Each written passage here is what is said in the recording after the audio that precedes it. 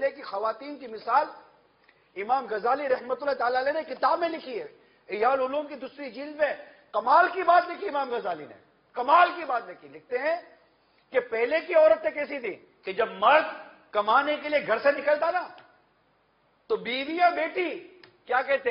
ہمارے معاملے میں اللہ سے ڈرنا۔ کیا کہتے؟ ہمارے معاملے میں اللہ سے ڈرنا، حرام روزی مت کمانا، ہم بھوک برداشت کر سکتے ہیں، جہنم کی آگ برداشت نہیں کر سکتے، یہ بیوی بچے کہتے تھے۔ اللہ اکبر، کیسا دور تھا ہے۔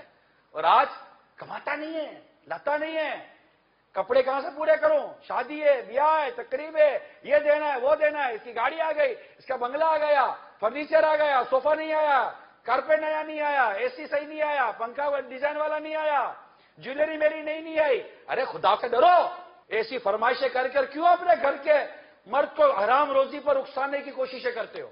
اگر اس کو رزق حلال ہے، وسعت برکت ہے تو ٹھیک ہے، جو جائز طریقے سے آپ چل سکتے چلے، لیکن آپ کو بھی عرض کر رہا ہوں، بیوی بچوں کے لیے حرام روزی مت کمائیے گا، بیوی بچوں کے لیے حرام، کسی کے لیے بھی حرام روزی نہیں کمانی، ورنہ یہی بیوی بچے قیامت کے روز مار کھلوائیں گے فرشتوں سے، مقدمہ کریں گے،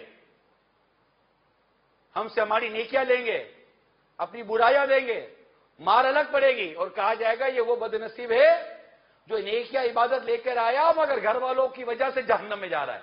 اللہ کے لیے جیو، بس۔ کس کے لیے؟ کس کے لیے جینا ہے؟ اللہ کے لیے جینا ہے، جس نے ہمیں پیدا کیا ہے۔